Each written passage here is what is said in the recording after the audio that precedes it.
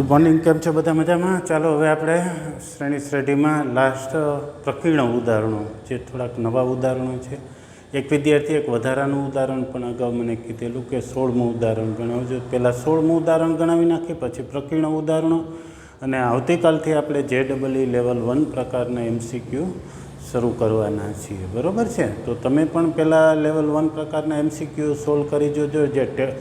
એ પણ કરતાં પહેલાં જો ટેક્સ્ટબુકનું રિવિઝન શક્ય હોય તો એક વખત આખા બધા જ ઉદાહરણો, સૂત્રો એક વખત રિવિઝન કરી જાઓ, એટલે મોસ્ટ ઓફ બધી રીતો આવી જશે. તો એટલું તમારે ગાડી સ્મૂથ હાલશે, સહેલાઈથી ગાડી આગળ વધશે. JEEમાં લેવલ 1 પ્રકારના MCQ થઈ જાય. જો લેવલ 1 MCQમાં ગાડી સરખી હાલી ગઈ, સરખા સોલ્વ થઈ ગયા, તો લેવલ 2 લેવલ 3માં પણ તમારે નહીં વાંધો આવે. ઓકે, સરસ. તો ચાલો ઉદાહરણ 16મું કંઈક આવું ઉદાહરણ છે કે એક માણસને 2 માતા પિતા છે. એટલે એક માતા એક પિતા બંનેથીને 2 સંખ્યા થઈ. 4 દાદા દાદી. આમાં ઘણા વિદ્યાર્થીઓ પ્રશ્ન કરતા હોય કે 4 દાદા ને 4 દાદી, કે 2 દાદા ને 2 દાદી. 2 દાદા હોય તો કેવી રીતે 2 દાદા હોય? તો મૂળ આ ઇંગ્લિશમાંથી ગુજરાતી કરે. ગ્રાન્ડફાધર એટલે આપણે દાદા અને નાના કહેતા હોય, દાદી અને નાની, એમ થઈને 4. બરાબર? એવી જ રીતે એ જે દાદા હોય એને પાછા મમ્મી પપ્પા, દાદી હોય એના મમ્મી પપ્પા, એમાં કુલ 8 વડદાદા વડદાદી થાય. તો તેમની 10મી પેઢીએ રહેલ પૂર્વજોની સંખ્યા. 10મી પેઢીએ શબ્દોને બદલે પેઢી સુધીમાં એ શબ્દ રાખશો તો તમને ઉદાહરણ સહેલાઈથી સમજાઈ જશે. 10મી પેઢી સુધીમાં પૂર્વજોની સંખ્યા. તો ચાલો તો અહીં બનતી શ્રેણી પહેલાં લખી નાખીએ કે શ્રેણી કેવી બને છે. દાદા દાદીને વડદાદા વડદાદી માતા પિતાથી બનતી શ્રેણી. આપેલ માહિતી મુજબ બનતી શ્રેણી પહેલું પદ 2 થાય. એક માણસ છે ને 2 માતા પિતા, એક પિતા એક માતા. આમ સમજીએ તો આ માણસ છે અને 2, એક માતા એક પિતા. બરાબર છે? પાછા એ પિતા છે એને માતા પિતા, મમ્મી છે એને માતા પિતા, એટલે આ ટોટલ થઈ 4 સંખ્યા. બરાબર? 1 2 3 4. એ પાછા દરેકને માતા પિતા માતા પિતા માતા પિતા. આ જે શ્રેણી બને છે હવે જે નવી, એ વડદાદા વડદાદી કહીએ છીએ. આ દાદા દાદી, આ માતા પિતા. એટલે આવી રીતે જે શ્રેણી આગળ વધે છે, સંખ્યા લખતા જઈએ તો બીજામાં 4 હશે, ત્રીજામાં પાછા 8, એ પાછા બધાને 2 એટલે કે એ 16. આવી રીતે શ્રેણી આગળ વધે છે. તો A બરાબર 2 છે અને ગુણોત્તર R બરાબર પણ 2 છે. પ્રથમ પદ 2, સામાન્ય ગુણોત્તર 2. 10મી પેઢી સુધીમાં રહેલ પૂર્વજોની સંખ્યા એટલે 10 પદોનો સરવાળો મેળવવો છે. એ ધ્યાન રાખજો. 10મી પેઢી સુધીમાં એમ શબ્દ લઈને ગણીએ છીએ. 10મી પેઢીએ તો 10મી પેઢી એટલે ખરેખર 10મું પદ એક જ થાય ખરેખર તો. એટલે 10મી પેઢી સુધીમાં પૂર્વજો એટલે આ બધા પૂર્વજો એટલે આપણે જે મમ્મી પપ્પા કે એની ઉપરની શ્રેણી હોય એ બધા. એમાં n એટલે આપણી પાસે 10 પદોનો સરવાળો. હવે એ અને આરની કિંમત મૂકવાની છે. એટલે પણ 2 ને r એટલે 2 મૂકી દઈએ તો 2 ની 10 ઘાત ઓછા 1 છેદમાં 2 ઓછા 1. 2 ની 10 ઘાત એટલે 1024, 1024 માઇનસ 1 એટલે 1023, 1023 ગુણ્યા 2. 1023 ગુણ્યા 2 એટલે 2046 છેદમાં 1 એટલે એ લેખા નથી. તો આટલી સંખ્યા થઈ. ત્યાર પછી પ્રકીર્ણ ઉદાહરણમાં ઉદાહરણ 21. કોઈ સમાંતર શ્રેણી છે, AP છે. બરાબર? Arithmetic progression. એમાં PQ, R અને Sમાં પદ એ સમગુણોત્તર શ્રેણી. સમાંતર શ્રેણીનું Pમું, Qમું, Rમું ને Sમું પદ મેળવીએ. તો સમાંતર શ્રેણી માટે ધારો કે પ્રથમ પદ એ સામાન્ય ગુણોત્તર સામાન્ય તપ તો D છે. ધારો કે APનું પ્રથમ પદ A અને સામાન્ય તફાવત D છે. તો Pમું પદ એટલે કે AP શું થશે? છે ધ્યાન રાખજો, સાવ સહેલું છે. A plus P minus 1 into D. બરાબર? સમાંતર શ્રેણીનું પ્રથમ પદ A અને સામાન્ય તફાવત D હોય તો Pમું પદ. અહીંયા જે ક્રમ હોય એનાથી એક ઓછું. એ જ રીતે એક ક્યુ શું થાય? ક્યુમું પદ. ક્યુ આર ને એસ 4 પદ લખી નાખીએ તો ક્યુમું પદ ક્યુ -1 ઇન્ટુ ડી. આરમું પદ a plus r -1 into d. એસમું પદ a plus s -1 into d. આપણને આવી રીતે 4 પદ 4 સમીકરણો મળ્યા. હવે આગળ વધારે વિચારો. હવે આ પી ક્યુ આર અને એસમાં પદ શું રકમમાં લખ્યું? હવે આગળ તો કે આ બધા પદ છે એ પાછા જીપીમાં છે. આ બધા પદ કેવા છે? સમગુણોત્તર શ્રેણીમાં છે. સમગુણોત્તર શ્રેણીમાં હોય તો એના ગુણોત્તર ક્રમિક પદોનો હરખો હોય. ક્રમિક પદોનો એટલે ક્યુના છેદમાં એપી એ જે ગુણોત્તર થાય એટલો જ ગુણોત્તર એ આરના છેદમાં એપી.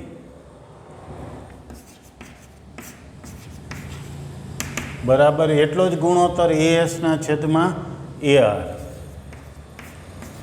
શું કામે ફરીથી લખીએ? અહીં થોડું તમારી જાણકારી માટે લખીએ. એપી, એક્યુ, એઆર અને એએસ એ જીપીમાં છે, સમગુણોત્તર શ્રેણીમાં છે. બરાબર? એટલે ક્રમિક બે પદોનો ગુણોત્તર સમાન હોય. હવે ગુણોત્તર માટેનું એક સરસ મજાનું ને નવું પરિણામ ઉમેરીએ છીએ, શીખીએ છીએ, ઉપયોગ કરીએ છીએ. જ્યારે ગુણોત્તર સરખા હોય ત્યારે ક્રમિક પદો જે અનુરૂપ પદોનો સરવાળો કે અનુરૂપ પદોની બાદબાકી લેશો તો પણ ગુણોત્તર સમાન રહે. હું અહીંયા બાદબાકી લઉં છું એટલે એક્યુ માઇનસ એઆર તો છેદમાં એવો જ તફાવત લેવાનો છે એટલે કે એપી માઇનસ એક્યુ. એવો જ ફરીથી અહીંયા એઆર માઇનસ એસ લખીએ તો એપી માઇનસ એઆર આ ગુણોત્તર સમાન થાય. હા પ્લસ લેશો તો પણ સમાન થાય. કે સમજવા માટે જો તમારે તકલીફ પડતી હોય, નવું લાગતું હોય તો એક ઉદાહરણ પહેલાં સમજી લઈએ. આટલું તમે જાણો છો 2/3. ધારો કે આ એક ગુણોત્તર લીધો, કોઈ એક સંખ્યા લીધી તો 4/6 બંને સમાન કહેવાય. તો અહીંયા છેદ ઉડાડશો એટલે આ જ મળી જાય તો બે સમાન છે. બરાબર છે? હવે અહીંયા જે ઉપયોગ કર્યો છે એવું કરીએ કે બેની બાદબાકી કરીએ. અંશમાં અંશના પદોની બાદબાકી, છેદના પદોની બાદબાકી. એમ કરીએ તો 2 - 4 છેદમાં એ જ રીતે તો 3 - 6. જો હવે ત્યાં સાદુરૂપ આપો તો આના જેવું જ આવી જશે. આનું સાદુરૂપે આ જ આવશે, આનું સાદુરૂપે આ જ આવશે. તો શું અહીંયા થાય? અંશમાં -2 છેદમાં -3 અંશેદમાં માઇનસ કટ થયા એટલે 2/3. તો ઘણા થાય તમે કહેતા સરવાળો, તો સરવાળાનું પણ ચેક કરી લો. તો અંશમાં અંશના પદોનો સરવાળો, છેદના પદોનો સરવાળો એ પણ ઇક્વલ જ રહે. સાદુરૂપ ઉપર 6 છેદમાં 9, 6/9 3 છેદ ઉડાડો એટલે 2/3 આવી જશે. આ એક શીખવા સમજવા જેવી વાત. શું કામે આવી રીતે લઈએ છીએ? તો કે આની બાદબાકી હેલી છે એટલે બાદબાકી લીધી છે. ધારો કે એક પદ ધન ને એક ઋણ હોત તો હું અહીં સરવાળો કરી તો ઉડે. અત્યારે હું આ બાદબાકી પદોની કરીશ તો અહીંયા સાદુરૂપ છેલ્લું. ચાલો હવે બાદબાકી કરવા માંડો. એક્યુ માઇનસ એઆર, એક્યુ માઇનસ એઆર આમાંથી આ બાદ કરો, બીજામાંથી ત્રીજું બાદ કરો એવું અહીંયા લખ્યું છે. એક્યુ માઇનસ એઆર બાદબાકી કરો તો સરખા પદ ઉડી ગયા, એ માઇનસ એ ઉડી ગયા. આમાંથી આ બાદ કરો, એમાંથી ડી કોમન લ્યો. અહીંયા સમજાવું છું કેવી રીતે. એ ઉડી ગયા બરાબર, બાદ કર્યા તો. હવે ક્યુ -1 -r -1 અને ડી બંનેમાં અહીંયા હતા એ ડી સામાન્ય લીધા છે. હજી અંદર જુઓ તો 1 ઉડી જાય છે. કેટલું વધે છે? ક્યુ -r ઇન્ટુ ડી વધે છે. એટલે શું વધે છે? ક્યુ -r into D. Into D હજી નથી લખતો કારણ કે હજી છેદનું સાદુરૂપ આપવું છે એટલે ડી પણ અંશછેદમાંથી ઉડવાના.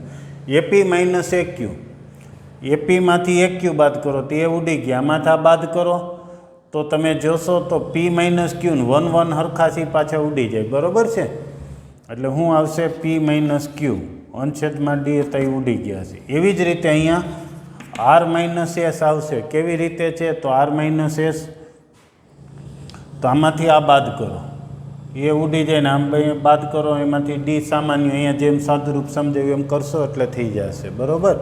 એવી જ રીતે અહીંયા પી માઇનસ આર. આ શું જોવા મળ્યું છે અહીંયા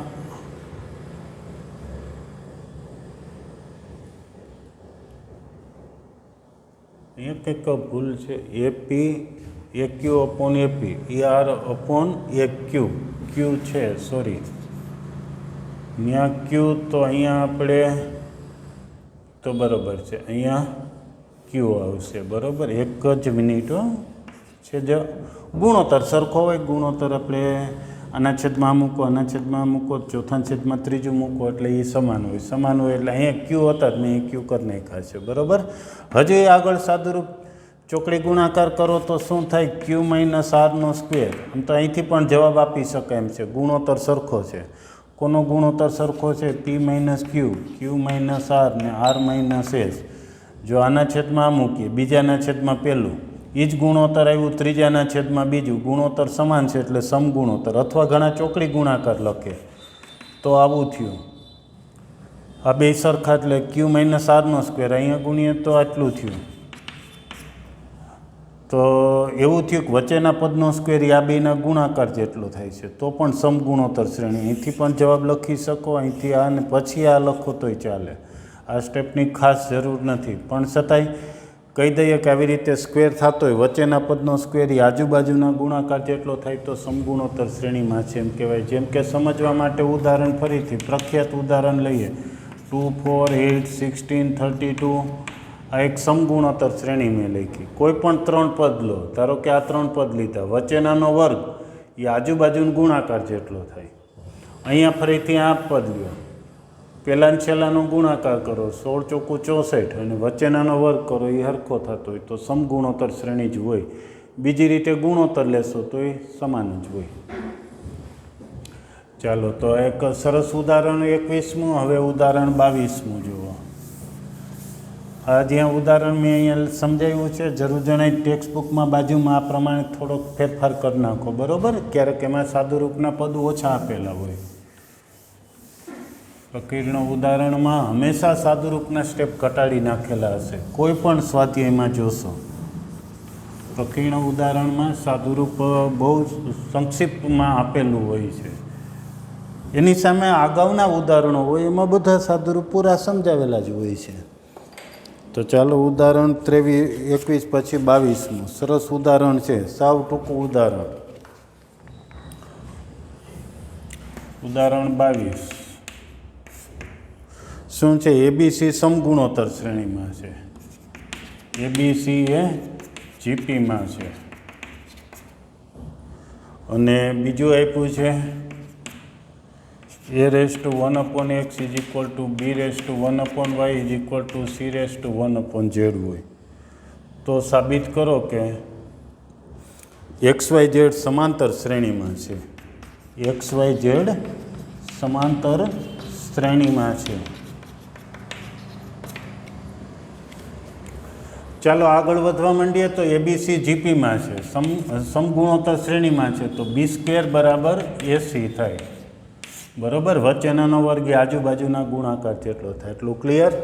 ત્યાર પછી એક આપ્યું છે સામાન્ય રીતે આવા 3 પદ સમાન આવતા હોય તો તમે ઘણી વખત આવી રીતે કોઈ અચળ ધારી લેતા હોય છે કે લેમડા ધારતા હોય જનરલી. તો કે ધારી લે કેના બરાબર ધાર્યું પહેલાં બરાબર ધાર્યું 1/a1/x બરાબર કે બીજા બરાબર કે અને ત્રીજા બરાબર કે.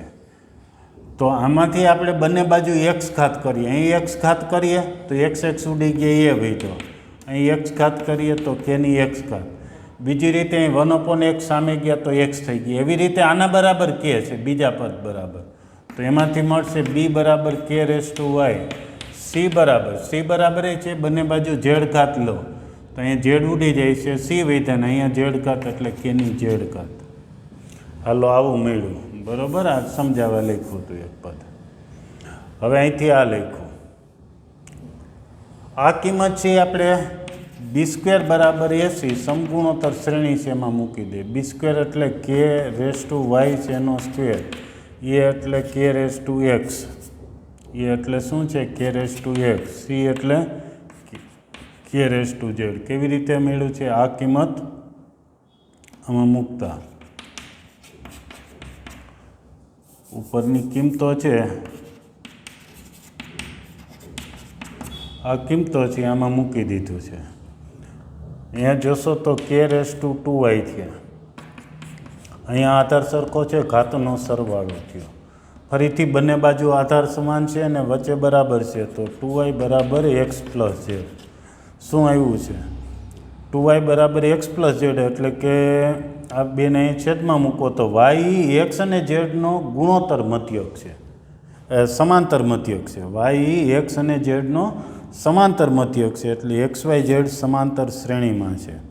અથવા બીજી રીતે વચ્ચેના પદનું ડબલ એ આજુબાજુના પદના સરવાળા જેટલું થતું હોય તો સમાંતર શ્રેણીમાં છે. ફરીથી એને લગતું એક ઉદાહરણ, સમાંતર શ્રેણીનું ઉદાહરણ લખીએ. આ એક સમાંતર શ્રેણીનું ઉદાહરણ લખ્યું.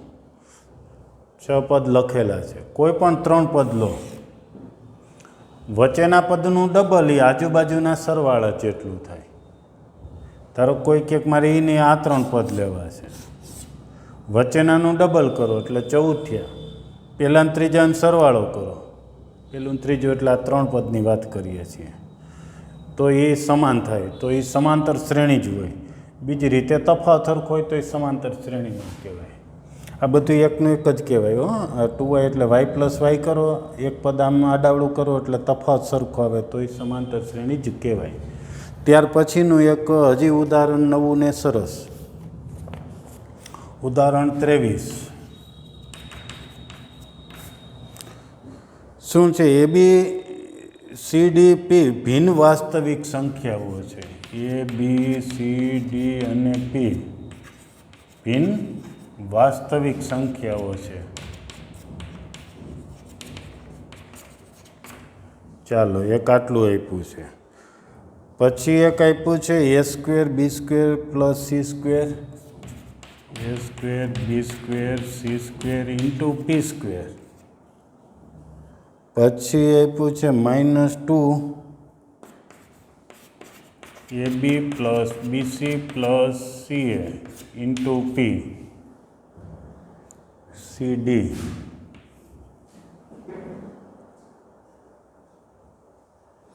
ab bc cd into p plus b² c² d²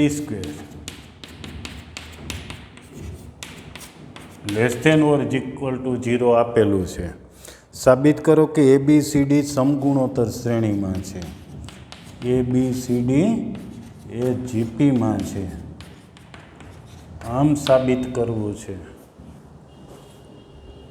કરી દઈએ સાબિત, સાવ સહેલું. પણ પ્રકીર્ણ ઉદાહરણ છે તો કંઈક તો નવું શીખવાનું જ હોય દરેક ઉદાહરણમાં, બરાબર? એ તો આપણા માટે ઉપયોગી છે પ્રકીર્ણ ઉદાહરણ.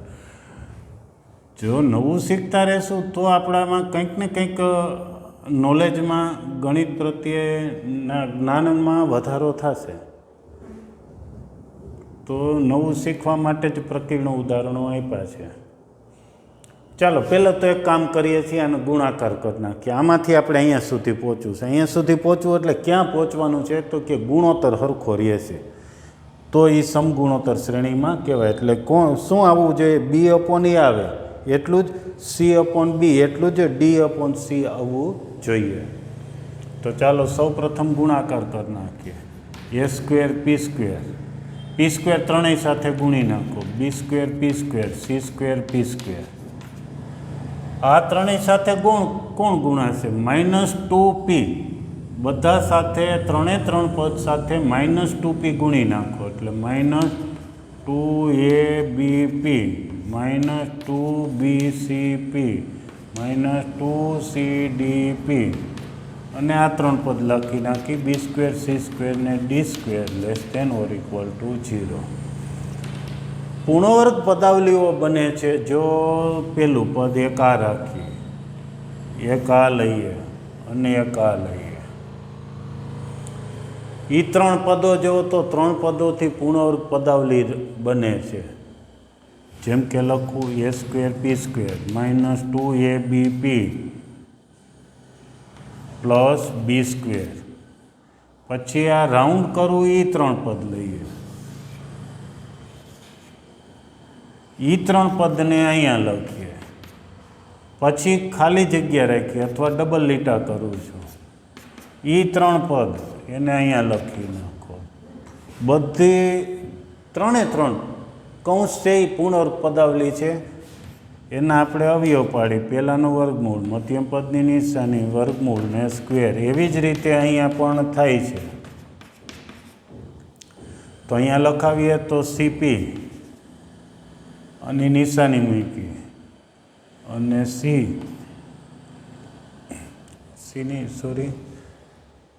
CP ટુ C આ પદ લઈએ છીએ રાઉન્ડવાળું, સોરી, D². અને હવે BP નો બરોબર જ હતું, સોરી, આ રાઉન્ડવાળા લઈએ છીએ એટલે C² હતું એ બરાબર જ હતું. આ રાઉન્ડ લેશો ને અહીંયા 2 લીટા રાખજો. રાઉન્ડવાળા ભાગ લઈએ છીએ BP આની નિશાની અને પ્લસ માઇનસ C². હવે ડબલ લીટાવાળા CP માઇનસ અને D. ટૂંકમાં આવી રીતે 3 પદો ગોઠવી નાખશો એટલે પૂર્ણ પદાવલી મેં એને લખ્યા નથી એટલે હવે આ રકમ જોશો તો ABCDP શું છે? વાસ્તવિક સંખ્યાઓ છે અને ભિન્ન છે, જુદી જુદી છે. વાસ્તવિક સંખ્યા હોય તો એનો ગુણાકાર ને સરવાળા બાદબાકી વાસ્તવિક સંખ્યા થાય. વાસ્તવિક સંખ્યાનો વર્ગ છે હંમેશા અનઋણ હોય. અનઋણ એટલે કા શૂન્ય ને કા ધન હોય, અનઋણ હોય. આ પદે અનઋણ છે, આ પદે અનઋણ. અનઋણ એટલે ઋણ ન હોય એવું, ઋણ ન હોય એવું એટલે શૂન્ય કા ધન હોય. કારણ શું કામ મેં લખ્યું અનઋણ જ હશે? તો કે એનો વર્ગ છે. વર્ગ છે એ કોઈ દિવસ ઋણ ન હોય. કોઈ પણ સંખ્યા હોય એનો વર્ગ છે હંમેશા અનઋણ હોય, ઋણ ન હોય. તો હવે આ less than or equal to આપ્યું છે તો એમાંથી શું અર્થ નીકળે? અનઋણ હોવાથી તો કે ઋણ તો હશે નહીં, લેસ ધેન 0 થશે નહીં, તો 2માંથી 1 છે. તો હવે શું થયું? તો કે એ 0 હશે. પહેલું પદ 0 હશે, બીજું પદ 0 હશે અને ત્રીજું પદ CP માઇનસ D એ પણ 0 હશે.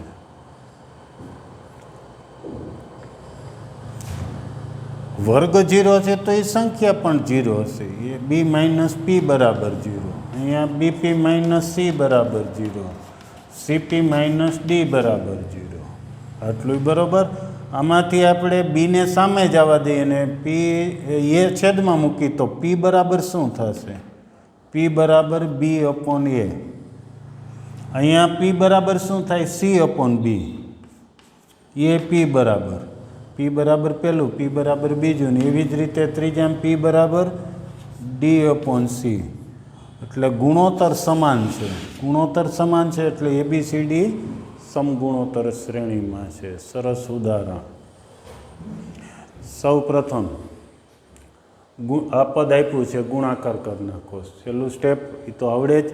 પછી 3 પદો એવા બનાવો કે સમાન પૂર્ણવર્ગ પદાવલી બની જાય. એમાંથી 3 પદ ગોતવા બહુ સહેલા છે.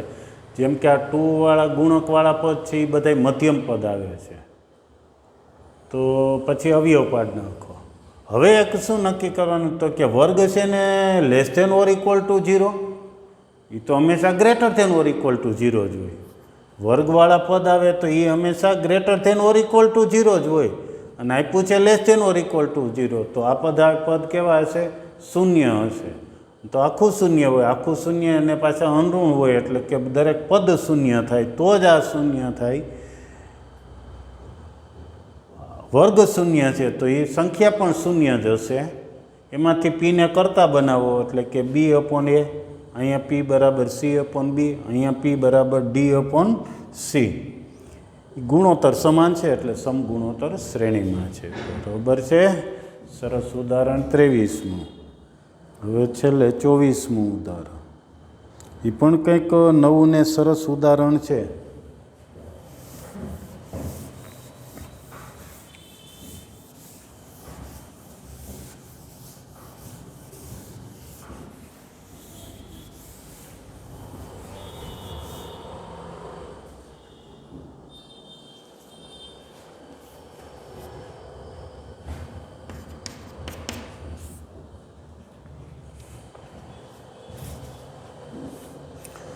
જો PQR સમગુણોત્તર શ્રેણીમાં હોય, PQR એ GPમાં હોય, પછી સમીકરણો બે આપ્યા છે, px² 2qx અને +r, અને બીજું dx² 2ex dx² 2ex plus f બરાબર 0 નું એક બીજ સમાન છે. એક બીજ એટલે ઉકેલ. ઉકેલ એટલે કે આ એક્સનું સમીકરણ છે, એક્સનું દ્વિઘાત સમીકરણ છે, એટલે એનો ઉકેલમાં એક્સ મળે. આ પણ એક્સનું દ્વિઘાત સમીકરણ છે, એનો ઉકેલ મેળવીએ એટલે એક્સ મળે. એક્સની કિંમતોમાં એક દ્વિઘાત સમીકરણ છે તો બે બીજ મળતા હોય. ક્યારેક બે બીજ સમાન હોઈ શકે, એટલે ક્યારેક એક બીજ મળે તો મૂંઝાવું નહીં, બંને બીજ સમાન છે એવું કહેવાય. એક બીજ સમાન હોય એટલે કે આનું ને આનું જે બે બીજ મળે છે એમાંથી એક બીજ બંનેમાં સમાન છે. તો સાબિત કરો કે, તો શું સાબિત કરવાનું છે? D/P E/Q અને F/R એ એપીમાં છે. એપીમાં એટલે કે સમાંતર શ્રેણીમાં છે એમ સાબિત કરવું છે. ચાલો સહેજ ધ્યાન રાખજો, ઝડપથી પતાવી દઈએ. PQR GPમાં છે એટલે કે Q² બરાબર PR. આ આપેલું છે એમ કહેવાય. આ આપેલું રહ્યું એ આપ્યું એટલે કે આ જ કહેવાય. પછી આ બંનેના બીજ સમાન છે, એક બીજ એટલે આનું બીજ મેળવીએ જે બીજ, એ બીજ આનું હોઈ શકે. એનું બીજું એટલે કે એનું સમાધાન કરે. તો ચાલો પહેલા સમીકરણ ઉપરથી બીજ મેળવી બીજા મૂકી, અથવા બીજા ઉપરથી મેળવી પહેલામાં મૂકી. ચાલો પહેલા ઉપરથી. હવે સમીકરણ px² 2qx + r બરાબર 0 આવું થયું. તેથી આનું બીજ મેળવવું છે. બીજ એટલે ઉકેલ. ઉકેલ શું મળે? એક્સ મળે. એક્સનું સમીકરણ હોય એટલે એક્સ જ મળે. તમે આખા ચેપ્ટર 10મા ધોરણમાં ભણી ગયા દ્વિઘાત સમીકરણ. એક્સનું દ્વિઘાત સમીકરણ હોય તો એક્સ મળે. અહીંયા એક્સને બદલે વાય હોય તો વાયનું દ્વિઘાત સમીકરણ કહેવાય. એમાં ઉકેલ તરીકે આપણને વાય મળે. દ્વિઘાત સમીકરણના હંમેશા બે ઉકેલ હોય. હા, ક્યારેક બંને ઉકેલ સમાન હોય, ક્યારેક બંને બીજ વાસ્તવિક હોય, ક્યારેક કાલ્પનિક બીજ હોય. આવું બધું શક્ય હોય છે. હાલો બીજ એક્સ બરાબર, બીજનું સૂત્ર આવું છે, હું લખું છું -b ± શું છે? b² - 4ac/2a. આ સૂત્ર લખ્યું છે. સૂત્ર પરથી ચાલો ABC નક્કી કરવા છે. તમે કહો ABC આમાં શું છે? તો આ એ થયા, આ બી અને આ સી. ABC આપણા સૂત્રમાં મૂકવા માંડીએ. ચાલો -b એટલે -2q. આ ભૂસી જ નાખું છું, નળ છે તમને. -b એટલે -2q ± b² એટલે આનો સ્ક્વેર 4q² -4 એ એટલે p છે અને c એટલે r છે અપોન 2 એ એટલે પ્રથમ પદ p. હજુ આગળ વધો તો q² એટલે pr છે ને. q² એટલે અહીંયા pr મૂકું, ત્યાં pr મૂકું, q² ની જગ્યાએ pr મૂકવું, જે આપણને પહેલાં જ આપેલું છે કે જીપીમાં. એટલે q² એટલે pr, એ હવે આમાં મૂકી દઈએ. તો અહીંયા pr મૂકો તો 4pr - 4pr એટલે આ શૂન્ય થઈ ગયું. એટલે કેટલું વધે છે તો -2q/2p, એટલે કે -q/p મળ્યા x બરાબર. એક જ બીજ મળ્યું છે એટલે આપણે એમ કહી શકીએ કે પેલું બીજ આ જ છે ને બીજું બીજ આ જ છે. હવે આનું જે બીજ મળે એ આનું બીજ છે. એ કોનું બીજ છે? એ dx² + 2ex + f બરાબર 0નું બીજ છે. બીજ એટલે કે ઉકેલ છે. તેથી સમાધાન કરે. સમાધાન કરે મતલબ કે આ એક્સની જગ્યાએ આમાં મૂકી દો તો =0 છે તો =0 જ રહેશે. તો ચાલો એટલું એક સ્ટેપ લખી નાખીએ હજી.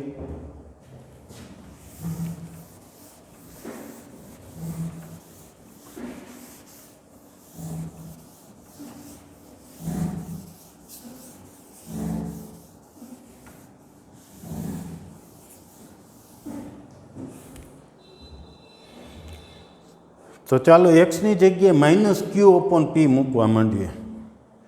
આ જે એક્સ મળ્યા એ પહેલા સમીકરણનું બીજ મળ્યું એ બીજાનું પણ બીજ છે એવું લખ્યું છે. બીજ સમાન બીજ એટલે આનું બીજ મળે એ જ આનું બીજ થયું એક બીજ બરાબર. એક જ બીજ મળ્યું છે એટલે આનું બીજ એટલે એક્સની જગ્યાએ મૂકી દઈએ તો ડી એક્સની જગ્યાએ -q/p મૂકી છે 2ex x એટલે -q/p મૂકી છે + f = 0. ચાલો આટલું સહેલું છે. સૌ પ્રથમ સમગુણોત્તર શ્રેણીમાં એટલે એક આટલું મળ્યું. હવે એક આનું બીજ મેળવ્યું. બીજ આ સૂત્ર આવડતું હોય તો બીજ મળી ગયું. એ બીજ એ આનું પણ બીજ છે એટલે કે એ બીજ એમાં મૂકીએ છીએ. હવે સાદુરૂપ આપીએ એટલે આપણને આ મળી જશે. સમાંતર શ્રેણીમાં છે એવા 3 પદ એટલે કે તફાવત સરખો હોય એવું આપણને મળી જશે. તફાવત સરખો એમ ન હોય તો આ રીતે તમે કહી શકશો કે વચ્ચેનાનું ડબલ એ આજુબાજુના સરવાળા જેટલું થાય એવું પણ કહી શકશો. બેમાંથી કોઈ પણ એક આવશે તો ચાલશે. હાલો થોડુંક સાદુરૂપ આપી દે. માઇનસનો સ્ક્વેર એટલી તો પ્લસ થઈ જશે. dq²/p² -2eq/p + f બરાબર 0. p² લસા લઈ લઈએ એટલે dq², p² લસા એટલે અહીં p છે એટલે હજી એક p ગુણાશે 2epq p વડે ગુણાય અને અહીં f સાથે p² બરાબર 0. આપણે શું સાબિત કરવું છે હું પહેલાં લખી દઉં છું જેથી કરીને તમને એક દિશા મળે. દિશા મળશે તો તમે કંઈક આગળ વધી શકશો. d/p e/q ને f/r એ સમાંતર શ્રેણીમાં છે એટલે કે તફાવત સરખો હોવો જોઈએ અથવા તો વચ્ચેના પદનું ડબલ એ આજુબાજુના સરવાળા જેટલું આવવું જોઈએ. જો આમ આવે તો આ કહી શકો. એટલે અહીંથી હવે આપણે અહીંયા સુધી પહોંચવાનું છે. એ આપણો રસ્તો છે. તો ચાલો આને આપણે એક બાજુ લઈ લઈએ. માઇનસવાળું સામે ગયું એટલે પ્લસ એટલે 2epq બરાબર dq² + fp². આવું લાવવું છે. આવું લાવવું તો કેટલા વડે ભાગવું તો આવું આવી જાય તો pq² વડે ભાગતા દરેક પદને આટલા વડે ભાગવા માંડીએ. હાલો આના છેદમાં મૂકો pq² એટલે p ઉડી જાય ને એક q ઉડતા એક q વધ્યા એટલે એટલું આવ્યું. ચાલો લખવા માંડીએ 2e/q. અહીંયા pq² વડે ભાગો તો d/p આવી જાય. અહીંયા f પછી pq² વડે ભાગો અને pq² તો એક p ઉડી જાય અને q² વધે. હવે કેમ આવશે તો કે q² એટલે હજી શું છે pr એટલે અહીંયા આપણે pr મૂકી દઈએ. q² એટલે pr મૂકી દઈએ. જે આપેલું છે એ મૂકી દે. ક્યુ સ્ક્વેર એટલે PR અહીંયા મૂકો તો તમે જોશો તો એક P ઉડી જાય ને R વધશે. એ અહીંયા લખ્યા. ઓકે, તો એ સમાંતર શ્રેણીમાં છે. આટલું થયું. હવે ઉદાહરણો આટલા સમજીને કરી નાખજો. જ્યાં જ્યાં ટેક્સ્ટ બુકમાં એવું લાગે ત્યાં તમે સમજીને ઉમેરો કરી નાખજો. ટેક્સ્ટ બુકમાં જ ઉમેરી દેવાનું. ક્યાંય ક્યાંય શબ્દો ઘટતા હોય, ક્યાંય સાદુરૂપ, ક્યાંય લખાણ, ક્યાંય નોંધ, જે જરૂર હોય એ લખી નાખો. હવે આવતા લેક્ચરથી આપણે લેવલ 1 પ્રકારના MCQ JEE માટે શરૂ કરશું. બરાબર છે? તો એમાં 1 થી 46 સુધીના MCQ છે. 1 થી 46 સુધીના MCQ ઝડપથી સોલ્વ કરો. રકમ વાંચીને વિચારી લેજો. કાલે બપોર સુધીમાં મને તમે એ જે ન આવડે એ સેન્ડ કરી દેજો, એટલે હું કાલે એ સોલ્વ કરાવી દઉં. બરાબર છે? આમ તો સહેલા છે. તમારે એ પણ કહી દઈએ કે જ્યારે જ્યારે લેવલ 1 સોલ્વ કરતા હોય એ પહેલાં એક વખત ટેક્સ્ટ બુકના સૂત્રો અને ઉદાહરણો તો ઓછામાં ઓછું જોવું. શક્ય હોય તો આખું ચેપ્ટર ટેક્સ્ટ બુકના સ્વાધ્યાયના દાખલા સહિત બધું જોઈ જાઓ, તો તમારી ગાડી બહુ સરળતાથી આગળ વધશે. અને ખરેખર એ શીખવાની મેથડ એ જ થાય કે તમે પહેલાં સૂત્રો અને ટેક્સ્ટ બુક તૈયાર કરો, પછી જ અધર સાહિત્ય કરો. કોઈપણ ચેપ્ટરની તૈયારી આમ કરો તો તમારા માટે વધારે સહેલું ને સારું રહેશે. અને હંમેશા તમારે જે તમારી પાસે આવડત હોય, જેટલું આવડે છે ત્યાંથી આગળ વધવાનો રસ્તો એ જ છે કે પહેલાં ટેક્સ્ટ બુક કરો. ટેક્સ્ટ બુક તો આપણે કોઈપણ પ્રકારની વિદ્યાર્થીઓ તૈયારી કરતા હોય, ટેક્સ્ટ બુક તો તૈયાર કરવી જ જોઈએ. બરાબર છે?